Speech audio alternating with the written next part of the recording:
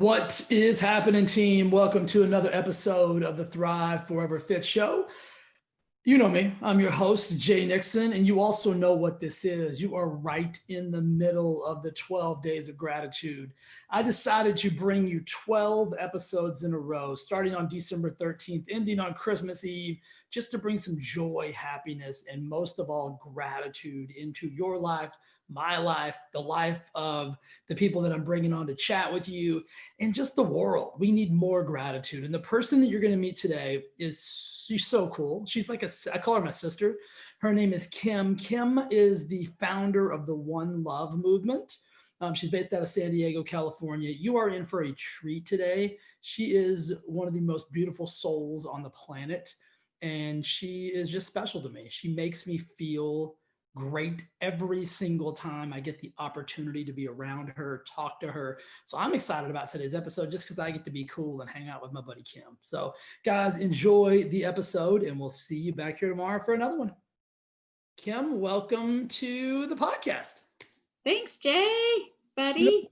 I was just thinking, I was just telling you this. When I decided to do these 12 days of gratitude, you were one of the first people that came to my mind. And I'm going to tell you why. You guys don't know this about Kim and I's relationship, but without her, I wouldn't be here today. She saved my life a couple of years ago. Really? Kim's like, what? Oh, you're going to remember. I don't know this either, you guys. Yes, you do. You were there. You're going to remember this very quick. So Kim and I had the extreme honor of being like Lululemon global ambassadors. And so we both got to go to this special retreat. I think there was maybe like 150 or 200, I don't know, between 100 and 200 of us there from all over the world. And I might have been the only person there that did not practice yoga on a daily basis. There might have been like 3 or 4 of us, but I was definitely one of the weird ones. So we're in this giant ballroom and the instructor's amazing. And she's got us doing all this yoga. And Kim's next to me, but I think we had maybe chatted a little bit. Kim's next to me. And then the instructor makes us get into like some kind of like, I think she called it the exotic flying squirrel or something that my body's just not capable. I made that name up, guys, for all you yoga purists. That's not really but we get into this thing and all of a sudden I mean, my hips are probably about the tightest thing you've ever seen. So Kim luckily loaned me her yoga block, which without, I don't even know that I would have ever gotten out of the bizarre positions they tried to put us in. And she basically coached me through this entire yoga session of poses and maneuvers and pigeons and all kinds of crazy things. So I just want to say thank you again for saving my life that day. Could have been way worse. Jay. We don't know how that would have turned out. I mean, you laugh. That could have been way worse. We don't know. Well, that was pretty cool too, that we just happened to put our mats next to each other. I know. And there had already been people that had wanted us to connect at this summit. So yeah, and I didn't know who you were when I put my mat by you. We just we got lucky. And and our mats were just there, and then we turned out to be best friends. So it was a perfect day for life. I know. I do. I always tell people, I'm like, we might be related. I'm not sure. We're gonna get like 23andMe done. We're gonna figure it out. But the reason I wanted to have you on is because you are so amazing. I mean, you do so much for so many people with your One Love movement and just you being who you are as a human.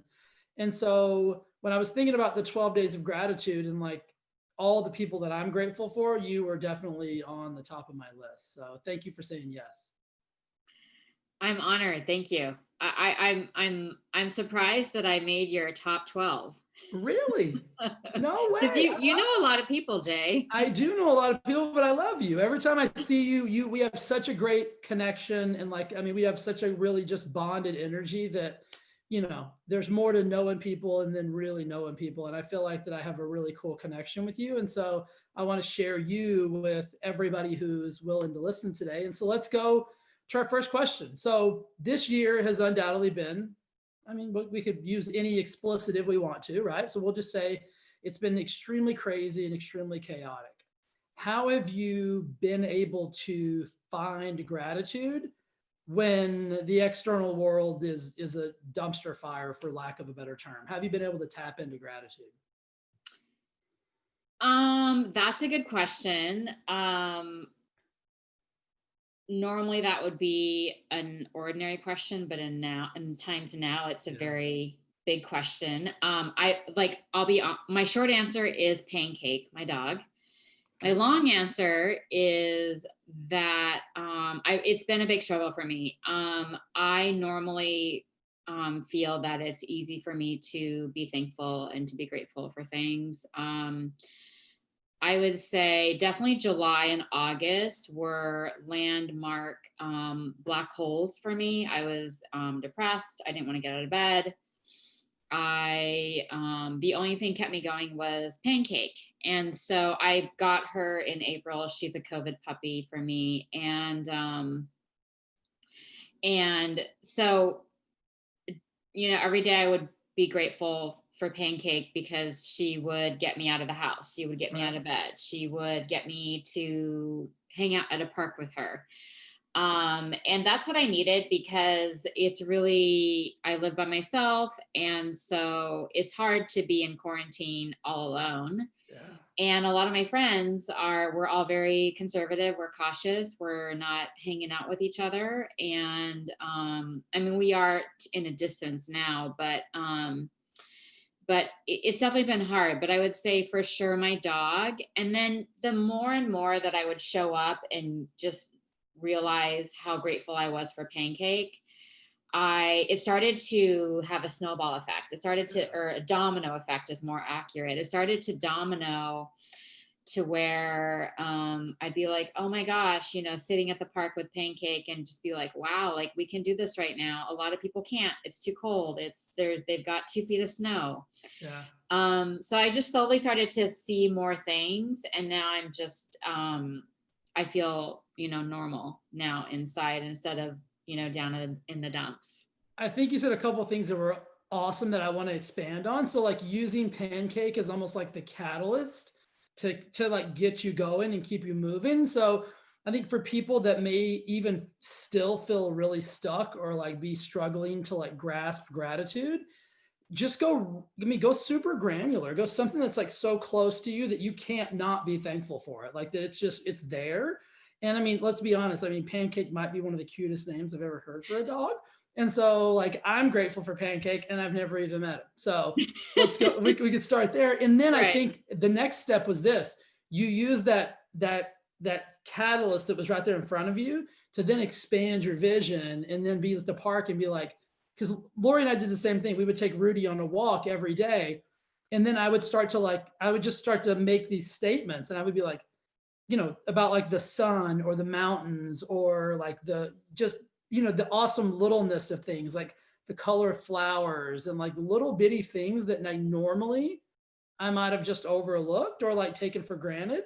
And I can tell you now, like we started this like in March. Now in December, I'm still taking those little tiny things with me every day. Like I'll look at the moon at night and I'll be like, holy shit, that is so cool. And I'm 46 years old. I've been looking at the moon for a long time, right? But it's like now I have this like new deep appreciation for like just this stuff like that. So I think what you said was beautiful and in such a way that we all kind of need to get back to is like, just go granular and like get super small with it.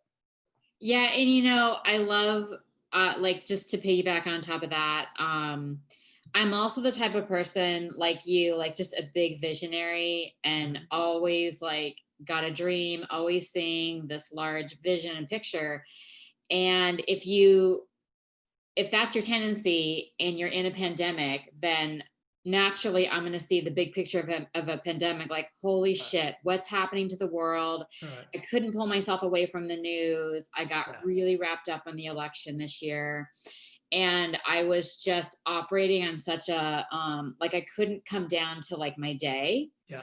And so I had to force myself to not think about the big picture of all the impact because it was making me feel worse. And it was like one thing at a time, but in my bubble. So I had to bring myself down from this big space of the world into like, okay, today my bubble feels good. This is what I'm going to do to help myself, to help other people. And that really helped too. I'm going to use a kind of a sports analogy. And this is something I think about like when I used to play sports and like, you'll even see it in like big sporting events, or you'll hear people talk about it. It's like, don't make the game bigger than it has to be. And so what happens is we'll use like, Ooh. we'll use the Super Bowl as an analogy, right? So Don't make the game bigger than it has to be. Okay. I had to yeah, and I think you'll get this totally. It's like the Super Bowl is like the biggest football game in the world of, of the year, right? But if you really look at it from the granular aspect of what it is, it's the same field, it's the same ball, it's the same, you're wearing the same uniform, right? It's the game hasn't changed, but a lot of times what we do is we make the game grandiose. We're like, this is the most important game of the world of our lives. If we just like brought that down to like such a simplistic level and say, it's just another game, it's just another day, it's just another moment.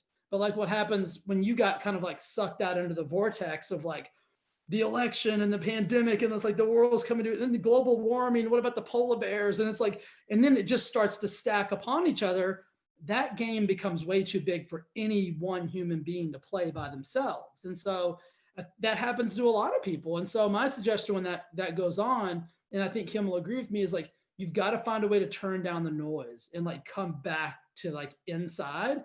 You, pancake, the park, sun, flowers, grass, like the simplistic stuff brings the game down to like, because if you look at it like that, it's like, well, yeah, it's just another Wednesday. But if I look at it from the big scope of like, whoa, I mean, like this Wednesday just got out of control. That analogy of the Super Bowl is brilliant. I've never heard that before, Betty. It's same game. I mean, it really is. You're running the same plays you've been running all year. I mean, so nothing changes. Yeah. Like certain players don't play as well because they put so much pressure on it. Right. Where it's the same game, but same all game. Of a sudden there's anxiety and there's stress and like that's been heightened. Yeah. So just come granular, like go small, like within, you said it, like come in your own little bubble, your own little ecosystem, and then work out from there. And then if you start to work out from there and it starts to get like the water start to get rough, just come back down a little bit. You're not, nobody's forcing us to be like way out in the peripheries in the danger zones. We get out there on our own sometimes based on like the external stimuli. Yeah. And at the same time, I think there's also danger in being too granular, granular all the time, because then there's no awareness to systemic racism. There's no awareness to why it's important to wear your mask. So I feel too that like there's like extreme people, and like for me, I'm trying to find this this balance in the center without moving too far into like, oh my God, the world, Well, for you, it's not about staying granular. It's about coming back to that level whenever it gets too chaotic. Yes, exactly. You know what I mean? So it's like whenever it gets so noisy that you can't stay at the club anymore and you've got to go, it's not about never going back to the club. It's about go outside for a minute, take a few deep breaths. You're the best analogies. Yeah. I mean, take a few deep breaths. And then I'm still a clubber. When you're ready to go dance, then you go back into the club. But you can't stay, like, let's put it this way. You can't stay at a rave 24/7, 365. It's just too much for anybody, right? So then you got to leave the rave for a little while. You got to come back down to baseline, take some deep breaths, maybe have some water, you know what I mean? Change clothes, get normal again. And then when you're ready, then you start to like go back out to the thing. So I agree with you 100%. This isn't about like, being hermits and living in a bubble and believing that nothing's going on. It's just that when the things get so loud and so noisy that here's how I like to look at it. Whenever you start making like extremely emotional based decisions with no rationality, that's when you need to like maybe come back down a little bit, like just kind of desensitize. Then you can go back out, because we never want to make like irrational, illogical, purely emotional based decisions. I mean, I think we've all done that in our past and the results aren't always amazing. Yeah. Being too much in reaction. Yeah. The next morning you usually wake up and you're like, well, that was stupid. Right. And so we want to avoid those moments, and we can avoid those moments by coming back and just getting deep breaths, talking to amazing people. Right. So I guarantee you, if you were having one of those heights, and first of all, I don't know why you didn't call me during your black hole days. A little pissed about that, but we'll talk about that. Yeah, I wish I would have. I was just thinking that as well. I actually didn't really call anybody. I just kind of that's what we do. We isolate. Stayed to myself. Yeah. So I'm pissed about that. I'll reprimand you off air because I don't want to do it in public. I'm just kidding. But I'm always, yeah, call me. I will get you out of I'll come fill the hole up. There's no black holes. Yeah, yeah. I'll bring my shovel. I'm gonna do that next time because it Yeah. was definitely not a good space to be in. Yeah, and So I don't want you there. You don't deserve to be there. You got too much awesomeness to be there because there's other people that need you being who you are. So no more of that. When next time that happens, you call me ASAP. they're like, buddy, Yep, I'm here. All right, next you asked question. for it. How, and you kind of answered this a little bit, but so like you went granular, pancake, park, all of those things. How are you envisioning now? Because you said you're kind of like back to like, you're starting to see the love and the beauty and the greatness of the world that we do get to experience and live in. What's your plan of action to keep that momentum going as we end 2020 and move into 2021? My biggest plan of action is not really a plan. It's more, I'm just reminding myself of,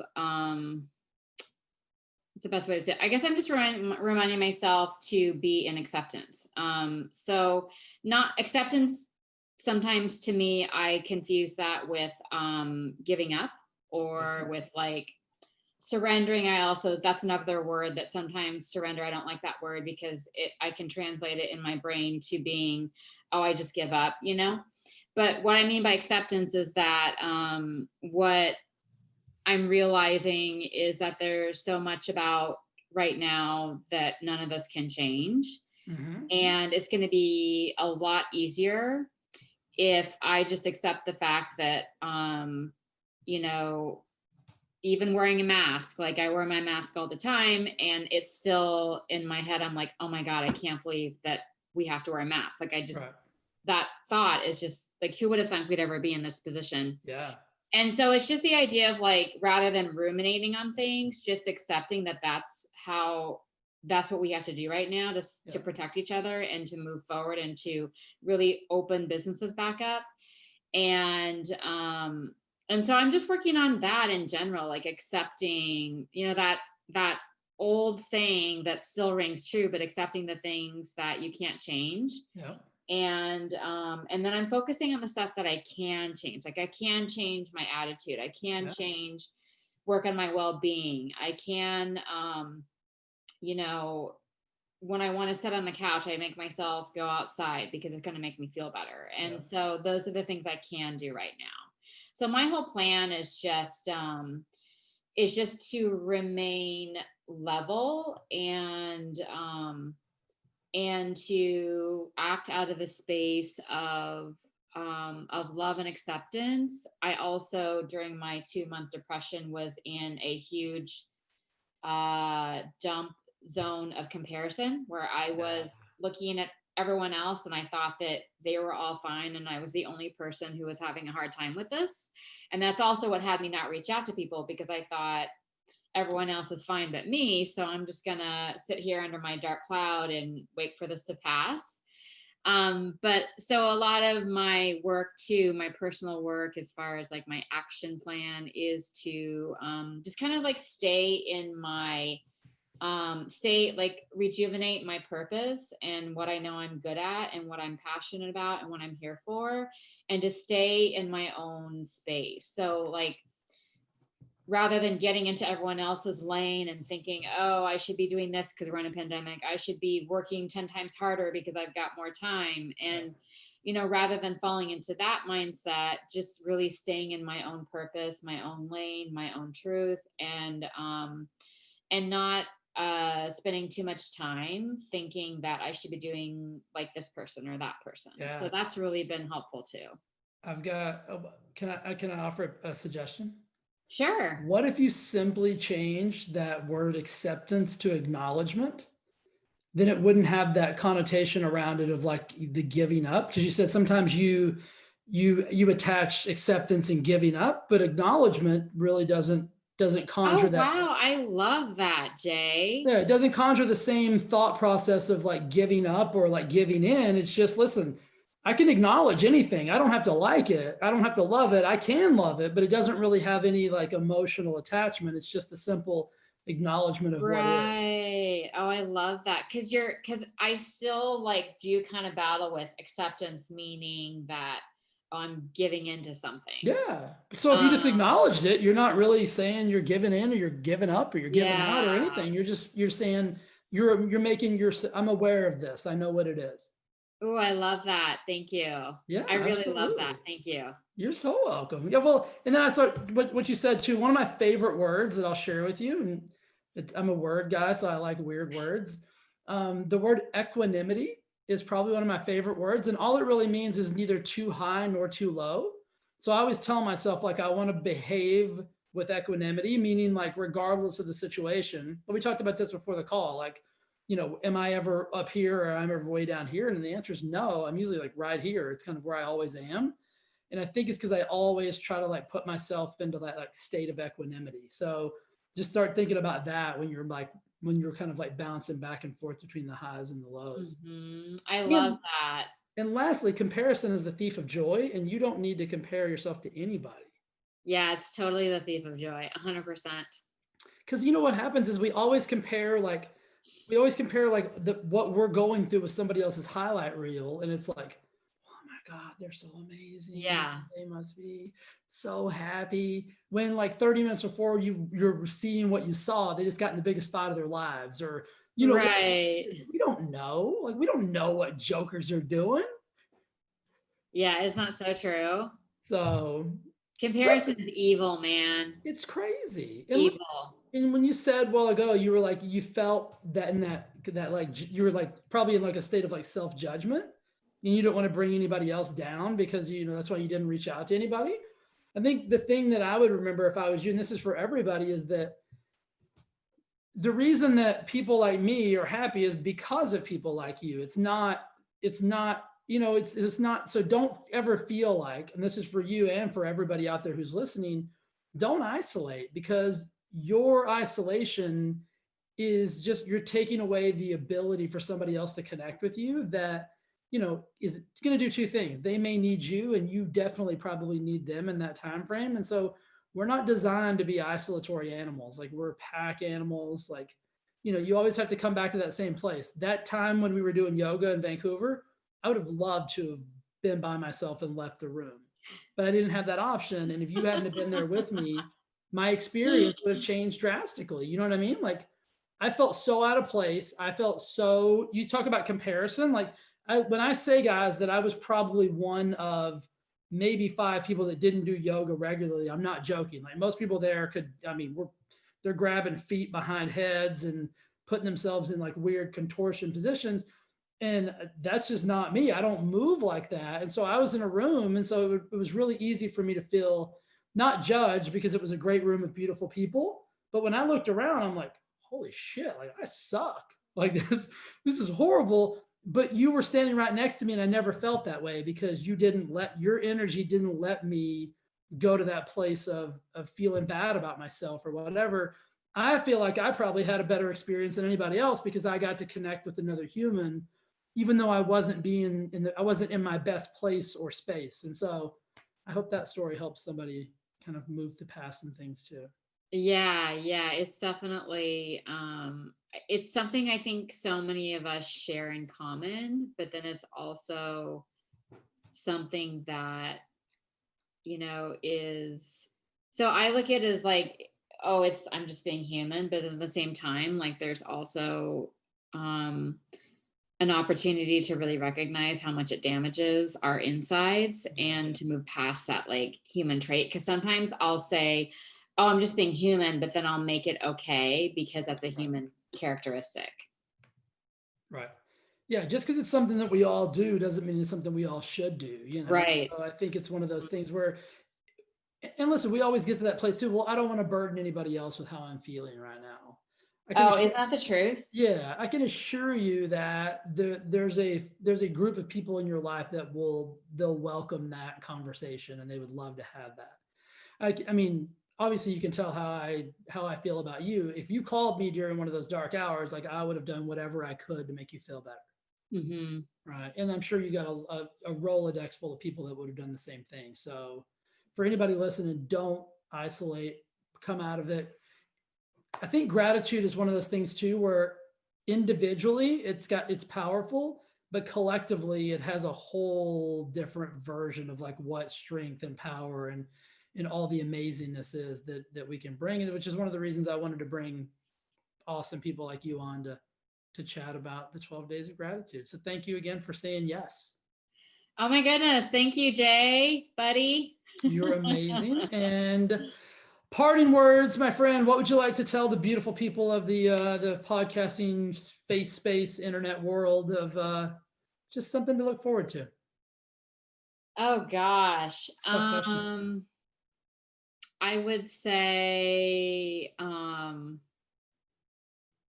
be in the moment. Love it. That's another thing that I'm just focusing on is like right now I'm with you. After this, I'll be with, doing this. And Yeah. so everything right here is what I'm focused on right now, right here in this every minute in this moment. So I think too that comes with age as well. Yeah. So you and I are almost the same age. I'm 45. You said you're 46, which I can't believe, by the way. I thought you were like 35. Thank you very much. And that she did not get paid for that.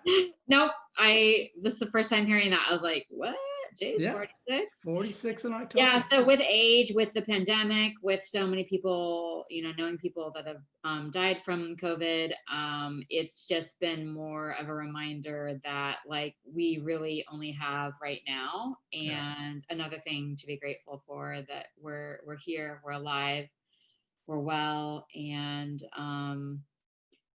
just also in the moment looking around you, so not just your bubble, but like the people that are around you. Like I was thinking like, oh my gosh, today like the trash people continue to work, like so many people continue to do things that benefit us, that function for us. Can you imagine if nobody picked up our trash?